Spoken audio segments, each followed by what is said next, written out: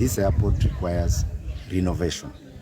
The government had already identified a contractor to do that renovation, but it has taken inordinately long and nothing is happening.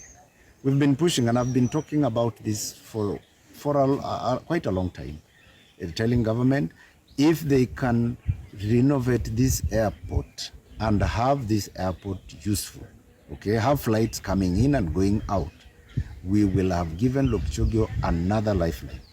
Many people were employed in this airport.